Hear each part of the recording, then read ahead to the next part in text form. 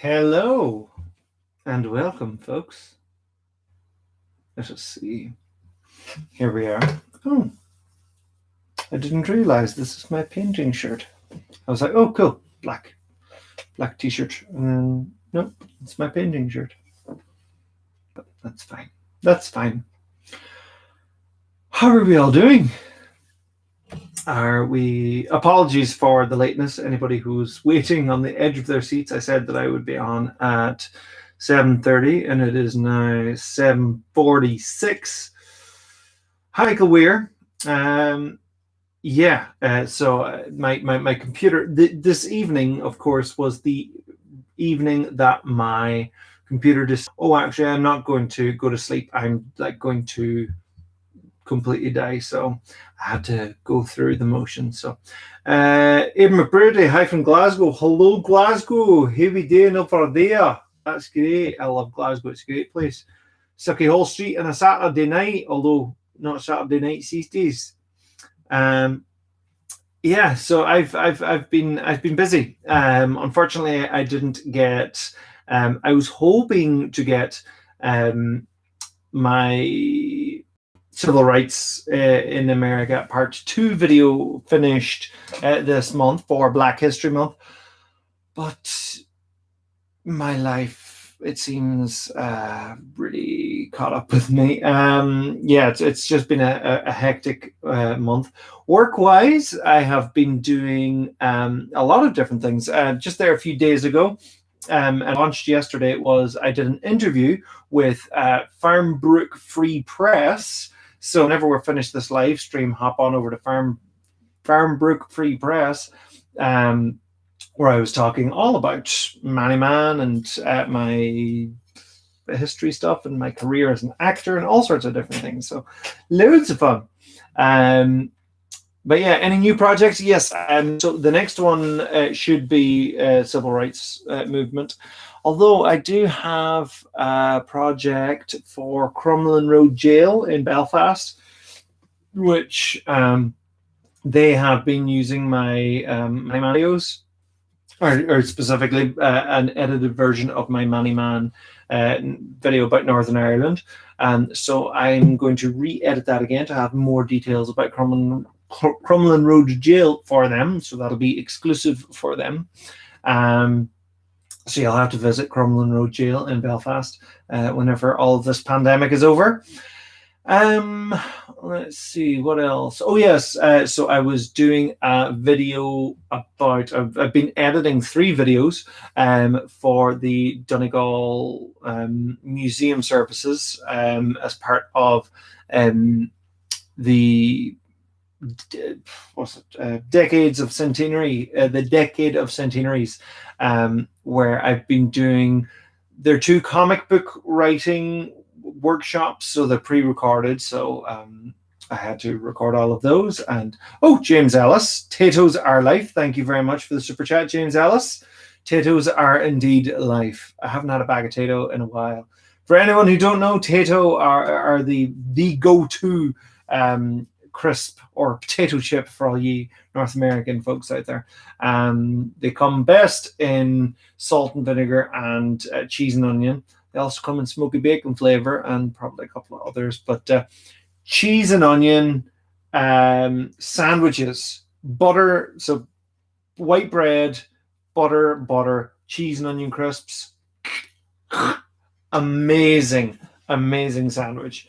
It's actually it's become quite a classic at weddings, at Irish weddings, where at halfway through the dancing, they'll send out crisp sandwiches, so just for people to get back into it. So Jeffrey Herrera, wait, you aren't a drawing of a cartoon with buggy eyes with some of the best quotes I've seen, but seriously, love your content. Thank you very much. Well, I mean, I do. There's one of them right there, and there's a whole pile of posters of them right there, available at johndruddy.com. Hello from Morocco, says Khadija Lakdeb. Well, hello, Morocco. I've never been to Morocco. I really want to go to Morocco. I love Moroccan food. There are a couple of fantastic Moroccan food, restaurants in Dublin. One is, oh, what are they called now? One called Dada. One's called Dada. The other one is El Bahia, I think. I may be making that up, but I think it is. They are delicious. A nice rabbit tagine is amazing. I love it. I love it. Let's see. So where's the beer? I don't drink beer. I don't drink alcohol. I mean, well, funnily enough, actually, if it's non-alcoholic beer, but no, I don't drink alcohol. I'm crazy enough as it is. I wouldn't add alcohol. What is up with that head mirror of yours? Not going to lie, you look like a drunk cousin. Thank you very much, Alfro Man. So this is just me getting sick and tired of having no access to a barber. And yeah, a lot of people have been struggling through the pandemic these days, and I have certainly been struggling a bit during this pandemic, and particularly this lockdown has been tough for a lot of people. I think everybody's just suffering from kind of fatigue, and I think a lot of people are in a position now where people are starting to get vaccinated, and everyone's like, oh, we're so close to being beyond this, but we're not, and we're all ready for this to be finished, and it's not, and it's just like, oh my god. And in Ireland, at least, our government are just sitting there going, could be April, could be May, probably May, probably May. But yeah. So yeah, it's been stressful. It's been difficult. I as well have been renovating my new house, so I've been kind of balancing back and forth between kind of going from here onto my new house and back and forth, and pulling down walls and pulling cables. And what was I doing today? I was emptying an oil tank today, so I smell a little bit of kerosene or paraffin or whatever the home heating oil is, but I smell of home heating oil, which is wonderful. But yeah, fun. Have you been to so Mataro AW? Have you been to the Disney store in Dublin or Belfast? I haven't been to the one in Belfast, but I have been to the one in Dublin, up at the top of Grafton Street. Edinburgh Bertie, I recommend your videos to my Irish history professor, and she loved them all. Oh, wonderful! Thank you very much. Also, shout out to Eric Singer, who checked out my my Irish War of Independence video. Eric Singer is a wonderful dialect coach who does a series of videos for, I think it's Variety, but he's been doing a couple of videos now breaking down accents and dialects from different movies, and also like just accents in general. And it's something that I'm fascinated with. In fact, it's something that I'm planning on doing in the next few months, is beginning a series about accents and dialects. I've been into two minds about whether or not to have them on this channel or set up a different channel, because I think I am still going to use some of my like Manny Man artwork for it. So we'll see. It's still a decision, but yeah, because I love doing different accents and dialects and trying out different ones, and there's certain accents that I'm really good at, and then there's other accents which I'm rubbish at. So it's going to be a learning experience, shall we say. Yeah, so we have that to look forward to. I also got finished that project that I was telling you about. It was writing comic book writing workshops for kids. So that's been fun. I've also been doing some workshops on Ugo, which is a service which has been branching out to creative folk like myself, where it's essentially having kids liaising with creative folks to learn. So that's what I have been doing. And what else have I been doing? Oh yes, I finished a script for something a little bit different, but it's been something that I've been dying to write for ages, and something that I've been dying to put together for ages. Is a script about my Hobbit duology cut, which should be a lot of fun. um, so, for anyone who doesn't know, I'm a massive fan of the Hobbit movies, but more so a massive fan of what the Hobbit movies could have been had they have only been two movies. Um, so much so that I have done a fan edit of them where I recut them into two movies, trying to piece together what they may have looked like had they have not been turned into three movies. Um, let's see. Andrew Lemegre is asking, "Did I see your question?" No, I don't think so. Send it again.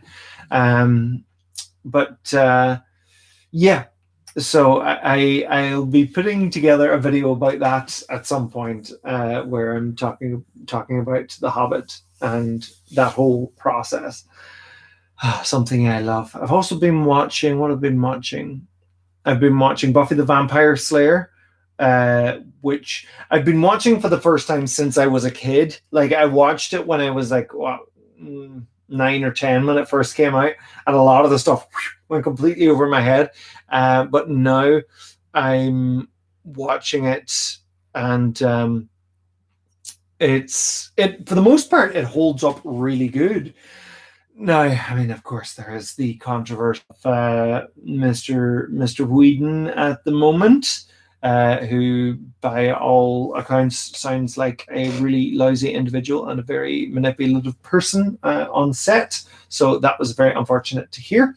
But yeah, the show itself holds up pretty well. I'm on season 5 at the moment, but there's a very funny thing about it that. For the most part, yeah, it's super, 90s, and like some of the things that they're saying, like they're constantly talking about wigging it and things like that. It's super 90s. Although now they're 2000, 2001. But the isn't that it's based on the 90s, because yeah, that's fine. But the thing that dates it the most so far is the fact that so Willow and Tara have gotten together. They are now a couple, and they've been like a couple for maybe like half a season, and they still haven't kissed. It's hilarious. It's I mean, I think the reasoning at the time was we cannot have a gay kiss because that'll be deemed as adult content and deemed inappropriate. You know, for a show where people are like literally getting stabbed in the heart with a wooden stake and all sorts of demons and all sorts of stuff, they draw the line at two girls kissing in a genuine healthy relationship. Oh, 90s or early 2000s, you so crazy. Like, it's just funny because it just really stands out now, because like there are certain moments where you're like, this is where they kiss, this is where they should kiss, and they hug instead, and it's just like it just looks super awkward because you're like, oh my god, you are a couple, this is where you would kiss. So it's funny. Air Force, exactly. That's dumb. A gay kiss is no different than a straight kiss. Exactly. But those were the times that they were where people deemed that kind of thing inappropriate. Again, a show with all sorts of demons and crazy goings on, and the one thing, the major thing that I'm actually really enjoying about the show is how it takes um, all of these like teenage problems and puts a supernatural twist to it. Like like there was a whole episode about a coach doping all of his students, and where in real life they might where in real life they might be growing extra hair, becoming these big hormonal brutes, whereas in the show they turn into actual like aquatic monsters. And or the one with Angel, where him and Buffy experience a moment of true happiness. He what is he becomes a jerk, and all of a sudden, as soon as they share that moment, he literally turns evil. So I've been really enjoying that. It's been a lot of fun. But yeah, so yeah, I've been watching that, and I've been watching WandaVision. Oh, my new favorite show, WandaVision, is amazing. I love it. It's so good. It's so good. Deeply, deeply emotional. Very, very sad. And there was a line in it this week. It's not much of a spoiler, but Vision says, like, what is it? What is grief but love persevering? Oh, that is beautiful. And it's so true. You know? It's like it's a much better way of that terrible line from The Hobbit. Why does it hurt so much? Because it was real. You know, but it's the same sentiment, just put in a much better way. You know, what is grief but love persevering? You know, and that's it. That's why it hurt so much, because it was real. Oh dear. Anyway, Idria Cortez Abad says hello, everyone from Spain. Hola. So Fungi Demand Media is asking, what is your thoughts on the centennial of Irish independence coming up? It's a really interesting one, because where does one draw the line in Irish independence? It's a question that a lot of people ask, like, you know, why doesn't Ireland have an Independence Day, for example? And it's like, well, what day do you choose? Do you choose the whatever day it was, the 24th or whatever of April, Easter Monday 1916, where independence was proclaimed? Because like, if you look at the American Independence Day, 4th of July, with the Declaration of Independence, I mean, technically they were still at war with Britain, and you know, Britain claimed that territory as their own up until like whatever 1780. Oh, what is it? Should be Battle of Yorktown, 1781. I can't think of it off the top of my head. 1780s, early 1780s. But whereas with Ireland, so it was proclaimed in 1916, and then again it was declared. We declared independence. Dáil Éireann declared independence in January 1919. So I mean, technically that could be our Independence Day, or it could be then whenever we officially became like the Irish Free State. Although then that becomes a politically loaded question, because you've got people who are like, yeah, but were we truly independent? It's like, we were independent enough. But then again, the people of Northern Ireland, or at least the people of Northern Ireland who wanted to be part of the Irish Free State, or indeed an Irish Republic, weren't independent, and indeed suffered another couple of decades of being second-class citizens. And you know, and then that would be 1920. That would be 1922, 21. Well, 21 was the end of the War of Independence. 22 was the beginning of the Irish Free State. And then 1940 was when Ireland became the Republic of Ireland, or at least 26 counties became the Republic of Ireland. And some would argue, because Northern Ireland is not part of the Republic, that we are not truly independent yet. And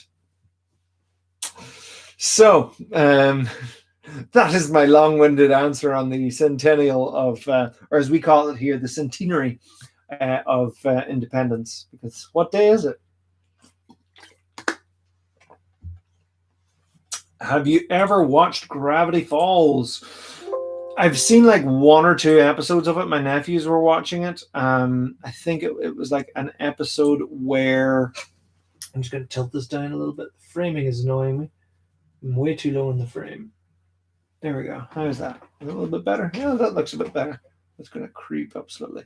Gravity Falls, I really enjoy. But I've seen like 3 episodes. But I was impressed. I don't get too much time to watch a lot of shows these days, but that was a good one.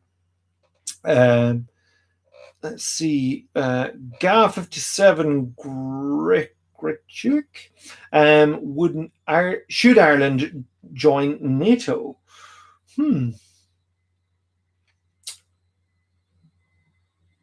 I don't know. To be very honest. I mean, Ireland is, um, for most intents and purposes, neutral. We're officially neutral, although there are certain things that we do that one could question our neutrality. But for example, allowing like U.S. planes to land in Shannon Airport and do whatever they do there, rendition. But yeah, so it's a question. But no, but I like Irish neutrality, partially because I don't want to get in a fight, but also there is a value to that, particularly like in peacekeeping missions, because we do send people on soldiers on peacekeeping missions, and our neutrality can actually come in really handy there, because then we're officially neutral. Therefore, an attack on us is our presence. It's not like this whole kind of big kind of political thing. Plus, everyone seems to love Ireland. So if someone were to attack Ireland, everybody would be like, "Hey, come on, what did Ireland do?" It's like there's a scene in Captain America, the First Avenger, whenever they're looking at whenever one of my favorite scenes in the movie, because it's so ridiculous, where the like Nazi officers come to see what Red Skull has been up to, and one of the guys is like looking at this map of all of Red Skull's targets. He's like, Berlin is on this map, but as well as Berlin, Dublin was on the map. It's like, guys, we were neutral. What did Dublin have to? Why Red Skull? I mean, why anywhere? Obviously, he's just dropping these weapons of mass destruction on all of these terrible cities. But it's like, why attack Ireland, Red Skull? Why? Oh yeah, because he'll hang later. But yeah, I love that scene because it's just so ridiculous. Because Red Skull kills the Nazi officers, and Arnim Zola is looking, going, "Oh no, oh no, what have I joined? Who have I become?" It's like, dude, you've been working for the Nazis the whole time. Like, it's, oh no, have I joined the bad guys now? Is Hydra the real enemy? It's like, dude, the Nazis were literally gassing people at this point in the war. You are well and truly on the side of the bad guys. Yeah, like that's I love that film, but the complete kind of blind side to the terribleness of World War II is quite funny in some ways. Yeah, but yeah, it's fun. Alternate history, yay! So let's see. Jack DeBoy, hey John, do you agree that Ireland has always been, indeed, all right, has always been independent? Ireland is the second best country behind America. Be questionable. But that Ireland has always been independent. No, we haven't always been independent. Like, from 1800, we were part of the United Kingdom. Ironically, that was probably the only time where Ireland was properly united. Was united under the United Kingdom. Because before that, there were always kind of warring factions and kingdoms and various territories. But I suppose the Kingdom of Ireland before that was united, but again, it was united under the English crown. But yeah, Ireland, and it is something that some people often kind of don't like to think about, but like Ireland has never properly been united, let alone independent. I mean, yeah, obviously, yeah, we were independent before England came, um, but when we were there, like we weren't one united Ireland at that point. Like we were all of these feuding kingdoms. Um, but yeah, so yeah, we haven't always been independent. That would be a silly thing to believe. Hmm. Wolfpack. Hey, John, just curious, but since Ireland was neutral during World War II, what happened to British and German pilots that crash landed there both during and after the war? That's a very good question, and I can actually answer this. They were brought to a prison camp down in, I think it was down in Kildare. Was it the Curragh? But yeah, they were captured. There's actually a funny story. Was there was a guy. My dad actually has a piece of his plane. He was flying from Derry, which is in Northern Ireland, and he was an American pilot. So this was, I think it was before America officially came into the war, but they sent over American pilots who wanted to go and fight the Nazis. And so he was flying out over Lough Foyle, which is a body of water heading out over onto the North Atlantic, and he ran into some engine trouble, and so he had to crash land. And so as he was flying out, he was like, right, well, there's land, let's go land on it. And so he crash landed in a bog, but it was in Inishowen. It was on a hill called Crocanonion, which is very close to where a lot of my family is from, in Inishowen. And it's up near Ireland's most northerly point. And but he didn't realize that he was landing in the south, in Ireland. So he then gets, I think he must have been captured, and so they were like, well, officially we have to bring you all the way. So they brought him all the way down to, it was somewhere in Leinster, anyway, wherever the camp was.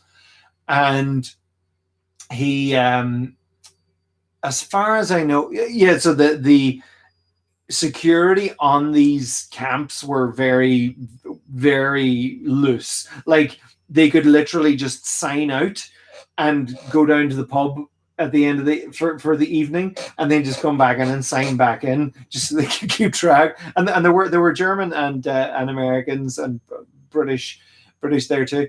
But this guy was so kind of adamant that I'm going to get back, I'm going to break out of here, and I'm going to cross the border back into Northern Ireland, and I'm going to get in the plane and fly. So he escaped, and he got to the border, and as far as I can remember, he was turned around, and basically the British authorities were like, we don't want to annoy the Irish at this point because they're kind of letting us fly over Donegal even when we shouldn't be. So we're going to have to send you back to the camp. Sorry. So it was quite funny. But that plane lay hidden in the bog for years, and about 10 years ago they finally excavated it, and it was so well preserved because it was in the bog. It was so well preserved, all the pieces just seemed so fresh. Obviously it was in bits, but yeah, there was a whole documentary about it. But yeah, so that's what happened. Michael Leon Brion's, what am I working on now? So, I was listing a whole pile of things, but with regards to Manny Mandel's history, my next video will hopefully be the Civil Rights Movement Part 2. I was hoping to have that out for Black History Month this month, but alas, it was not to be. I've been very busy, very, very busy. Let's see. I love your videos from Sci Guy. I love your videos. Thanks for doing them for all this time. Thank you so much. Thank you so much for coming here and saying those lovely things. if anybody would like to support me more so, you can do so on Patreon, patreon.com/John D. Ruddy. There are all sorts of benefits. One benefit that has been a lot of fun to do is I've been doing custom Man pictures for people. So there, the last day, one of my supporters asked for a profile picture, and it was Michael Collins. And that's the Irish patriot, Michael Collins, not the astronaut of Apollo 11, but Michael Collins and Kobe Bryant. And so I have a picture of, you can check it out. It's on my Instagram. Yeah, so that's been a lot of fun kind of doing those custom ones. Excuse me. So you can ask for any figures from history, any pop culture folks, or even a picture of yourself. So that's one of the benefits for joining. I think €5 a month for that benefit. But yeah, there's loads of benefits. Let's see. Thad Goy, John, can you cover the Troubles? Yes, I really want to. I mean, I have covered it a bit in my, you can see a little bit in my Border with Northern Ireland video, and more so in my Histories of the Conflicts in the North, which is one of my very early videos. I'm not quite happy with that. That was actually a collaboration with a group in Queen's University. And so they partially wrote some of the script, and no harm to them, but it's just not the style that I write. So I definitely want to reapproach the Troubles and do a video, the Troubles. It'll be tough and it'll be controversial. And it is a very, very sad part of Irish history, very recent part of Irish history, and a very close part of Irish history to me. I live half an hour away from the border. And it affected many, many people that I know. Some amazing stories, some terrible stories. I know a guy who worked in a car dealership and during the Troubles, and the IRA just came in going, okay, so we're taking that car. And he's like, guys, I can't let you. And he's like, do I have to take the gun out? And he's like, guys, just why? Just not today, guys. Like, there's a strange kind of normality that goes with it. Like, you hear these stories now and you're just like, this is insane. But there was just this strange banality to the Troubles where people just, people be in the pub and boom, you'd hear a bomb like 3 or 4 blocks down the road. They were like, so anyway, it was a bizarre time. So, let's see, Adam Stuff. What do you think of the weird coincidence on how Michael Collins from Ireland and Michael Collins, who's on Apollo 11? I mean, it's a coincidence in the name that they were both called the same. I don't know much about Michael Collins, the astronaut. And so I would wonder, was he of Irish descent? Was he named after the Irish patriot Michael Collins? That I don't know. I'd be interested to find out. Let's see. Air Force. I'm willing to learn about Irish. That's good. It's funny, actually. Somebody was telling me, sometimes whenever I make for example, on my president's video, where there were a lot of people going, "Oh, why is an Irish person making a video about American history? Go, stick to your own history." And it's like, well, but it's history. It's any history.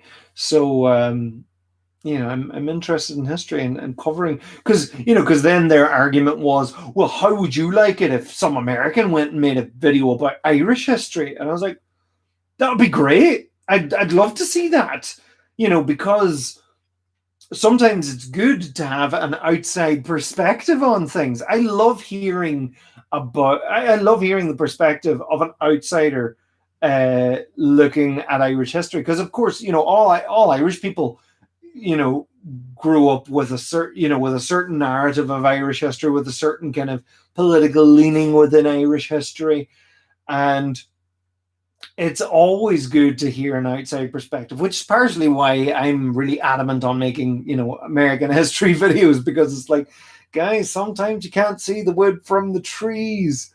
But yeah. Ryan Murray, what's your thoughts on Scottish history? I know bits. I mean, I know a lot of the kind of popular bits of Irish history, or Scottish history.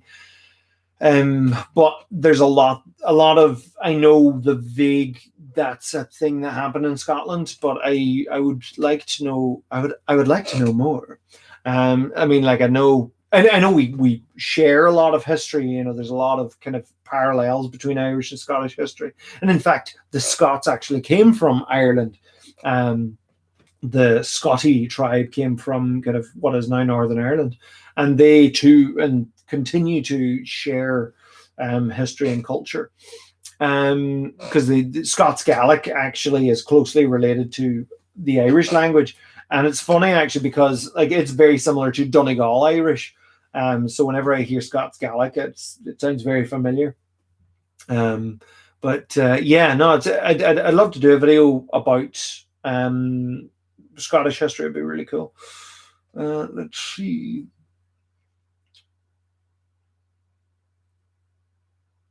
Are those Star Wars Legos you have in the background? Up here, these are, so let's see. So this is a limited edition Star Wars chess set, which is there, and this is oh, what is it? It's a model of the Millennium Falcon, which I have not put together yet.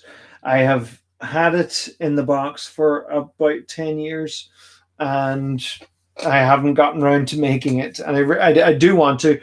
There's probably some collectors out there like, no, don't open it. But I'm like, it's the Millennium Falcon. It's a really cool, detailed model kit of the Millennium Falcon, and I do want to build it. So I will build it at some point. But yeah, although I do have a ton of Star Wars Lego from whenever it first came out. I got loads of stuff, and I still have. I'm looking forward to once I will be moving very soon, and I will have a new office space, and it will be much bigger than in here, and so I will be able to display some of my things again. So that's exciting. Some of those things will be my Lego Star Wars, which will be cool, or my Star Wars Lego. Yeah, so I've got loads of that, so that'll be fun. Would you ever do the first Scottish War of Independence? And if you do, draw William Wallace as Mel Gibson. I would die laughing. Funnily enough, Genghis Khan, I actually did a Maniman comic like 10 years ago whenever I was doing the web comics. And while I'm on the topic, actually, on Instagram and Facebook, I'm posting now what I'm calling Classic Maniman Mondays, where I'm posting my old classic web comics on every Monday. So go and follow me on Twitter, Instagram, and Facebook for those. But yeah, I did do one where it was Mel Gibson, William Wallace, and then the real I am William Wallace. Where the real William Wallace kind of steps forward in a more period accurate costume, because as much as I love Braveheart, it's such a good film. The historical inaccuracies are just hilarious. Although, interestingly enough, William Wallace will be in my next Monarchs England video, because I'll be covering what's his name? Edward the Longshanks. Yeah, Edward the Longshanks. So he will be he'll be fighting William Wallace and Robert the Bruce. So I have been holding this recorder this whole time. I do this sometimes whenever my computer is dying, and I'm trying not to lose it. And so I will play some music and.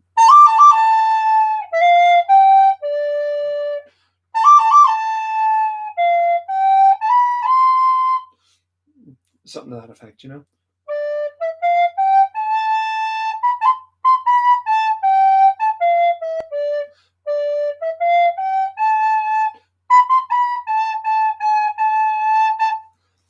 $10 points to whoever knows what that's from.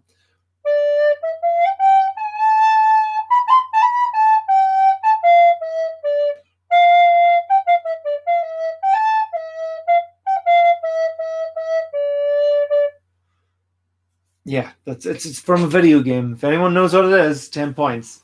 And then a slightly more obvious.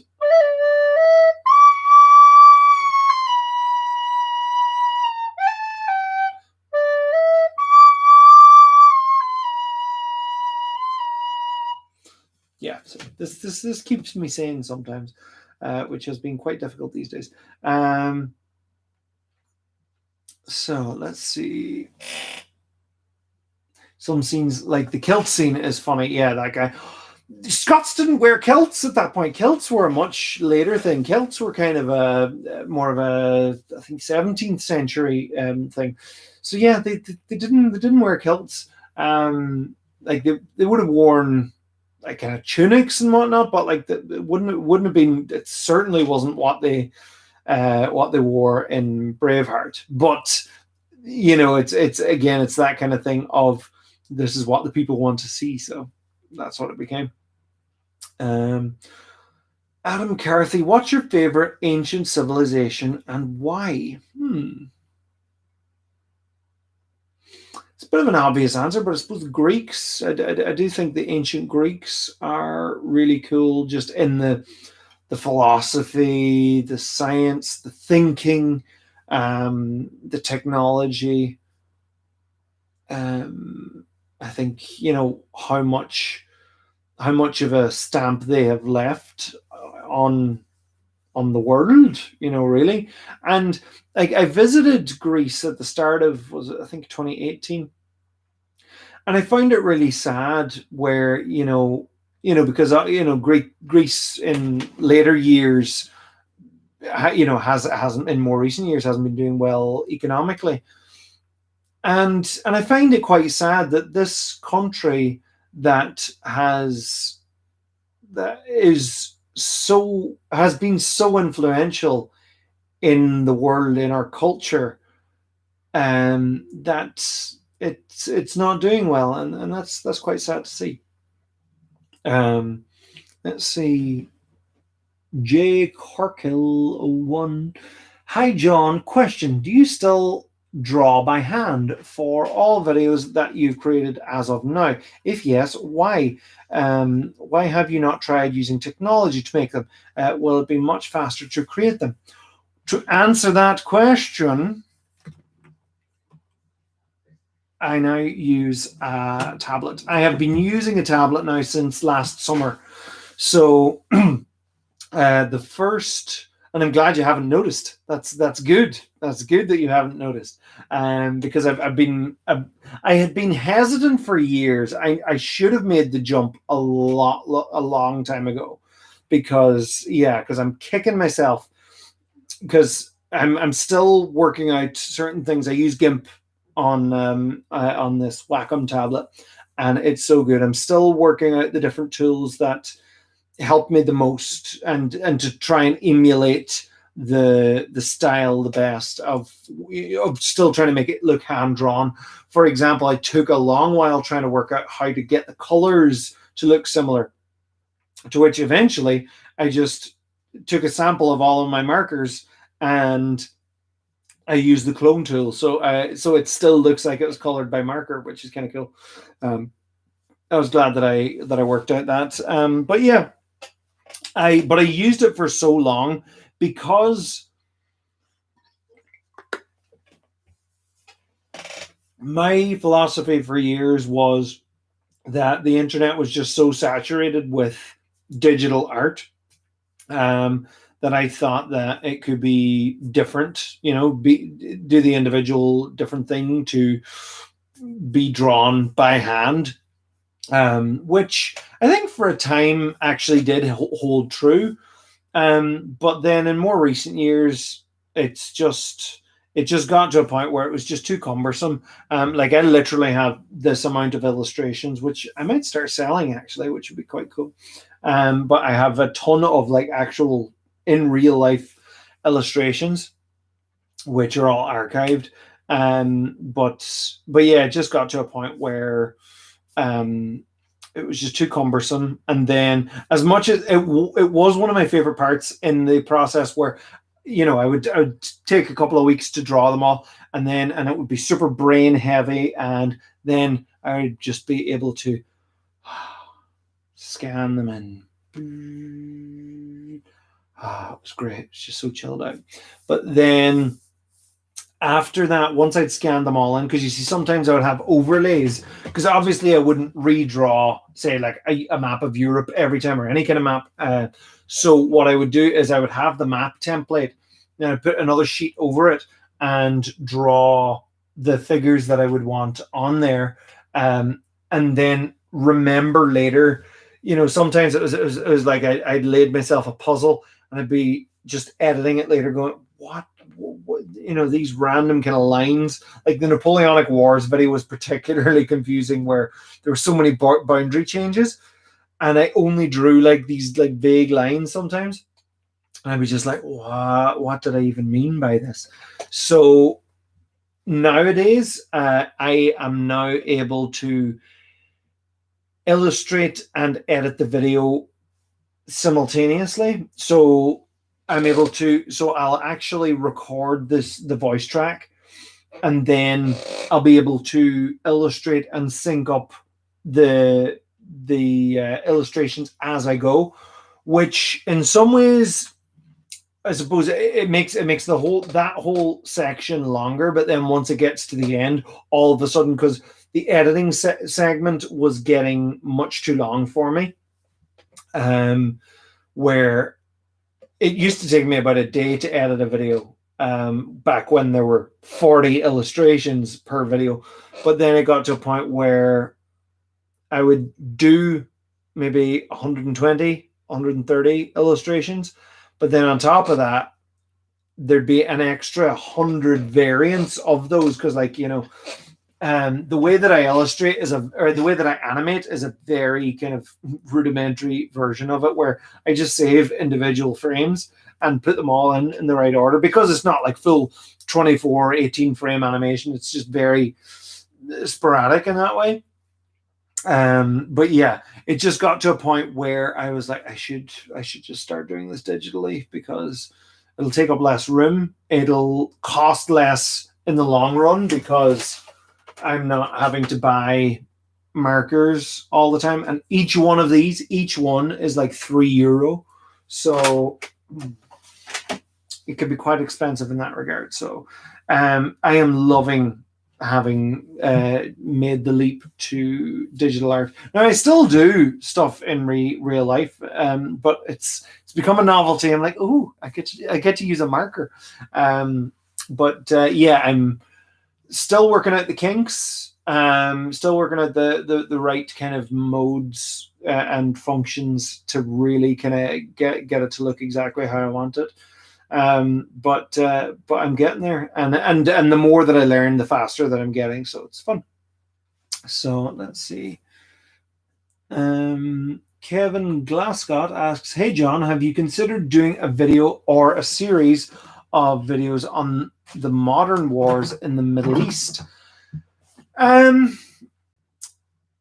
Possibly. To be honest, I think the furthest, the most recent one in the Middle East that I would go to would be maybe the first Gulf War.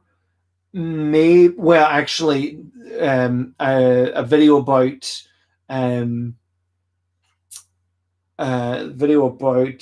Israel and Palestine, because that is one that I definitely want to do. But that'll be like a whole longer history, going all the way back and looking at the history of the conflict. So it'll be quite broad, but naturally that'll bring it up to date. The reason why, I would avoid is because there's certain aspects that are still ongoing.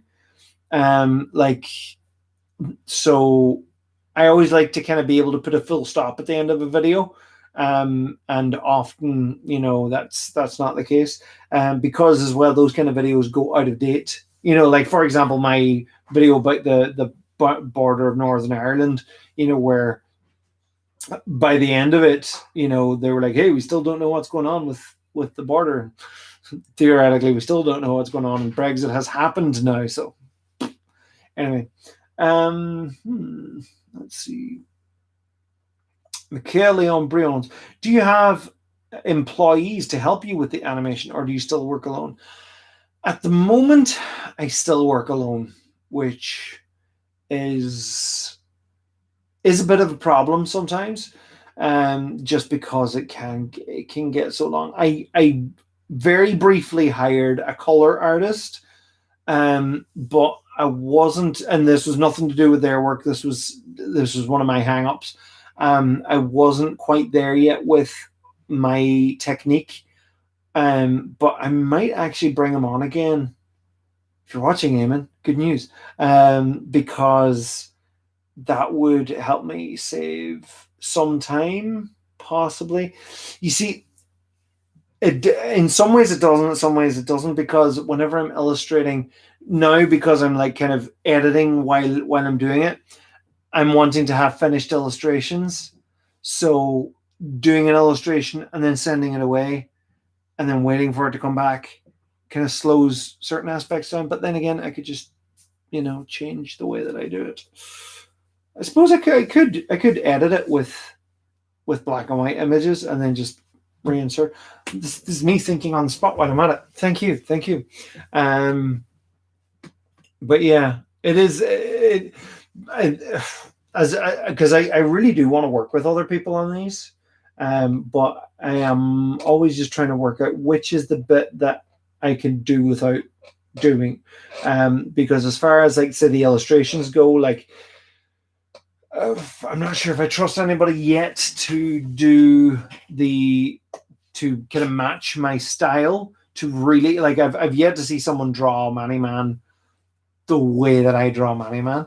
And I kind of feel sometimes that when I would, because there's so many jokes, so many visual things, that I would end up having to draw rough versions of them anyway. And I'm kind of like, if I'm drawing a rough version of them, why don't I just draw the whole thing? But that may change in the future. If there's any thoroughly talented artist out there who thinks that they can draw Man as good as me, please get in touch. Because I may have a job for you, and we can speed up production, because that would be great. But all budgets allowing, of course. If you want to help with that budget, hop on over to patreon.com/John D. Ruddy. But yeah, that's a great question. But yeah, for now, I still work alone. It's a lot of work, which is why the videos are as sporadic as they are. Do you have? Kaisud! Kaisud's there. Hello, Kaisud. I'm very excited, Kaisud.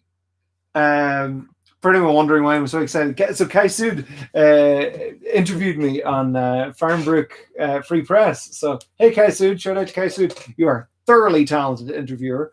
Do I have a favorite Man expression? Do I? The one that springs to mind, I mean, the classic Man is just, with the hands up, the Man on tour. As I, oh no, where is he? He's in my phone. He's always with me. This one's a little bit crumbly, but yeah. Although I haven't been traveling anywhere, we're not able to travel, but he's always with me for whenever I'm taking photos. For anyone. You can pop onto Instagram and onto my Facebook page, and there's loads of Manny Man on tour. He's been in my photos now for the last 10 years, which is funny. But yeah, that's kind of the go-to Manny Man expression. Yay! Although I do also love the kind of the hands by the side and just, you know, that's that's Sin and Oppie, the two characters that I used in the play. You know, Sin just and Oppie, yay! So that's a great question, Kai. Let me see. Have you played Among Us? Oh, no, I haven't. Is that one that AOC was playing? The sneaking around what do you call it? A spaceship? Is it? Yes, I really want to play this. Actually, I think it might be fun.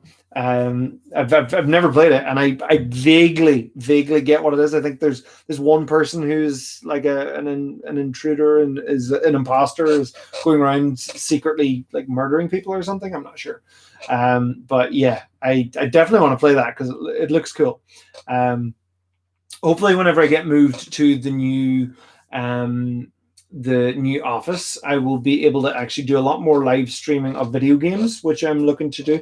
I'm looking to do much more live streaming of artwork as well on Twitch. I do have a Twitch channel at the moment. You know, if you go on Twitch and find John D. Ruddy, it's not too active right now, but I hope for it to be more active in the future. Once I get to a bigger space, because this is slowly but surely kind of caving in down on top of me. I can't wait to show you the new space because it's really cool, or it's going to be really cool. Right now it's 4 stone walls, but it will be really cool when it's all finished. Let me see. I'll take a couple more questions. We're coming up on the hour, and I think I'll call it a day after that, but we'll see. Adam McCarthy, what country's monarchs other than England would you like to do videos on? That's an interesting question. Maybe France. Jesus, coo. That's my dog. And yeah, sometimes he barks. He's fine. He's the friendliest, loveliest little dude. But sometimes he's on guard dog mode whenever he sees someone ominous outside. Not even someone ominous, just someone walking past, and he's like, "Arr!" But yeah, he can be dramatic.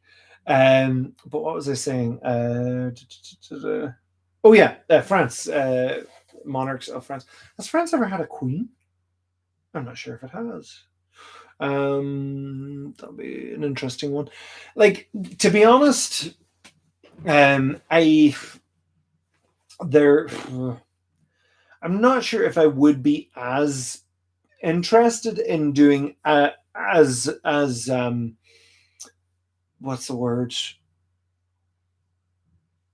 as in-depth a series as the one that I'm doing of England, partially because I think I'm not sure if there is as much of an audience for it.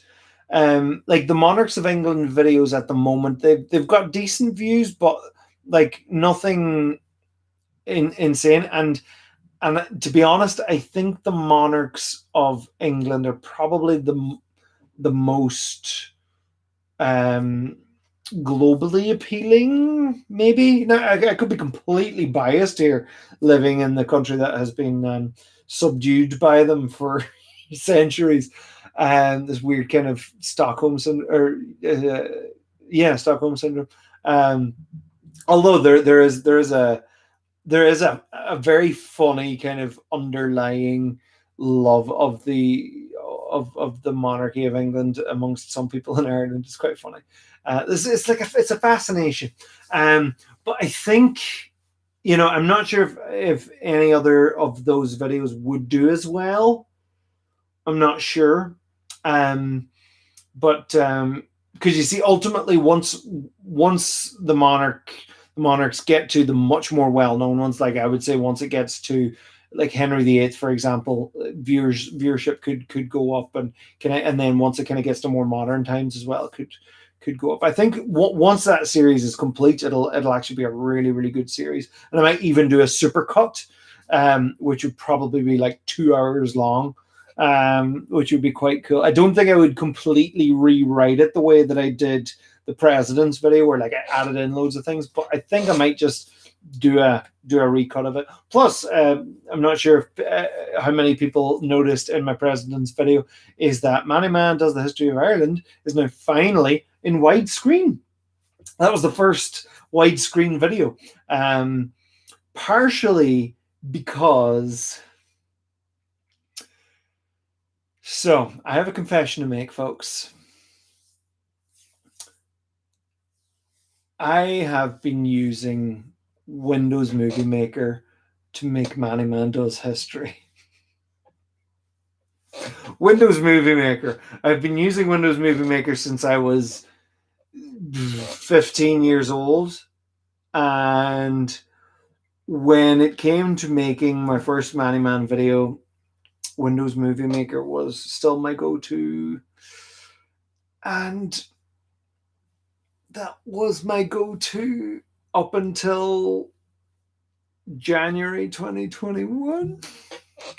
I have used Adobe Premiere, but I'd always avoided using it, partially because my computer doesn't quite like it, and partially because there were just certain complicated aspects of it which I didn't get and just didn't feel like I had the time to get, particularly whenever Windows Movie Maker worked. And it worked for what I needed it to do. It worked for Manny Man Does History because it was literally just JPEGs over voiceover. And what happened was because like you would put it on the JPEGs and just write down the duration for however long it needs to be on screen, and so it could be timed perfectly to the voiceover, and so like 3 seconds, 4 seconds, 4.2 seconds or 3.7 seconds, so it was very precise. But right whenever I started to edit my new President's video, it started bugging out on me. It started it would no longer recognize decimal points in the what do you call it? It would no longer recognize decimal points in the duration thing. It would only be like I would type in 2.2 and it would just be like, cool, 2 seconds. I'm like, no, it needs to be precise. And so I deleted the program and then looked to reinstall it, but the reinstall wizard wasn't working, and that program is no longer, rightly so, is no longer available. But thankfully, I did have. I have been using Adobe Premiere for whenever I was cutting the Hobbit duology. So, I'd just been doing that just before Christmas, so I was at least able to hit the ground running. But yeah, I have finally made that confession to you all. That I was using Windows Movie Maker for far too long. But now that is why we're now in widescreen, finally. But yeah. Someone's asking, what do I think about Serbia? I don't know enough about Serbia, actually. I mean, like I know its place in certain points of history, but I don't know enough about it. So I need to know more about Serbia. So Nicholas Blythe, hello from Virginia. Oh, hello, Virginia. Is that the state of Virginia or Virginia County Cavan? There's a Virginia in Ireland as well. That they were probably both named at the same time after Queen Elizabeth, the Virgin Queen. Hey, John, what inspired you to draw Manny Man? I'm not sure. Well, actually, I loved drawing flick books, and the thing with drawing flick books is you have to draw loads of pictures in close succession. So drawing little stick figures was a quick way of doing that. and Maniman was nice, and I wanted someone with expression. So Maniman was actually quite uh, what's the word? Maniman was quite quick. Words, they're a thing that I cannot control today. Um, he was very expressive. There we go. That's what I was trying to say. And so, yeah. Although I do think if you go to the Sonic the Hedgehog, I was a massive Sonic the Hedgehog fan, so and I think there is a little bit of an inspiration. Sonic the Hedgehog Japanese manuals. I saw these Japanese manuals when I was playing Sonic Jam on the Sega Saturn, and I was just fascinated by them. But there were these little diagrams, these little stick figures of Sonic and Tails, and showing them how all the different obstacles in the levels worked. And there were certain ways that certain expressions, because usually, like, the round head and the body and the stick arms and stick legs, but they did have little circles and actual feet. But there was one point where like Sonic like gets squashed or something, and he's got like big bulging eyes. Possibly a little bit of inspiration there, but yeah, that's kind of where it may have come from. And yes, that is Oliver Cromwell in the background. This was a prop which we ended up not using for my play, and he just ended up in my office, and he remains there looking over my shoulder. Oliver Cromwell, he should be in everyone's office to remind you of how terrible a person can be. But yeah, so we'll take one more question. Just one. Let me see. Do you like CCP? Chinese Communist Republic or CCP? What's that CCP stands for again? I know it's China, but like CCP.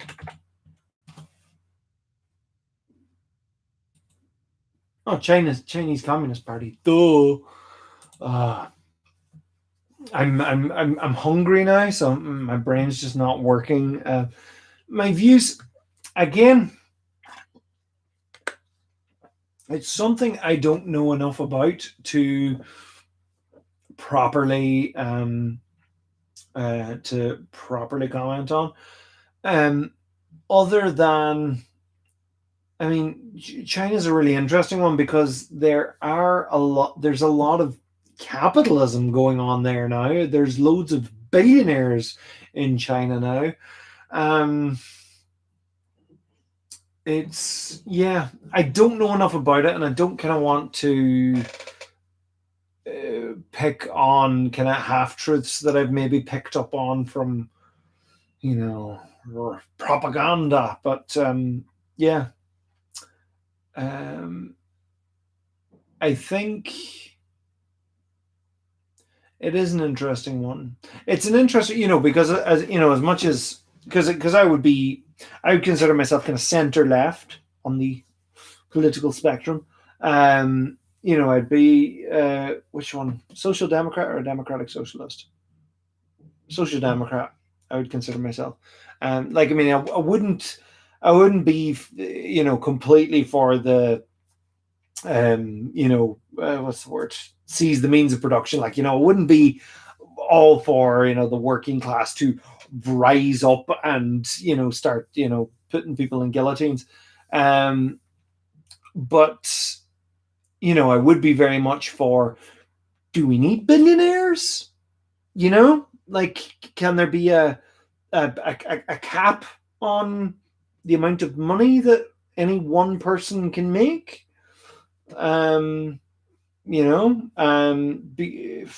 Because and then people would argue like, oh, but those people who seem to be so good at making money, surely they should be, then have the power to generate more money, and that'll help everybody else. It's like, how is it helping everybody else? I mean, yeah, occasionally, create jobs but like at the end of the day, they have a lot more money than people who are struggling at the bottom. So, yeah. Let's see. Oh, chill man, you gotta go. Bye bye, chill man. Well, funnily enough, so do I. Folks, it has been a wonderful evening. Please consider supporting me on Patreon at patreon.com/John D. Ruddy. There's loads of benefits over there that you can get involved on. Yeah, we can go from there. So also be sure to follow me on Facebook, Instagram, Twitter, Twitch, and TikTok for all of the. Well, I mean, you get some of the daily history posts here on YouTube as well. But hey, there's loads of different versions of them on the other platforms. So go check them out. And on that note, I'm going to hit end stream. And then I'm going to hit end. Bye-bye, folks. Thanks.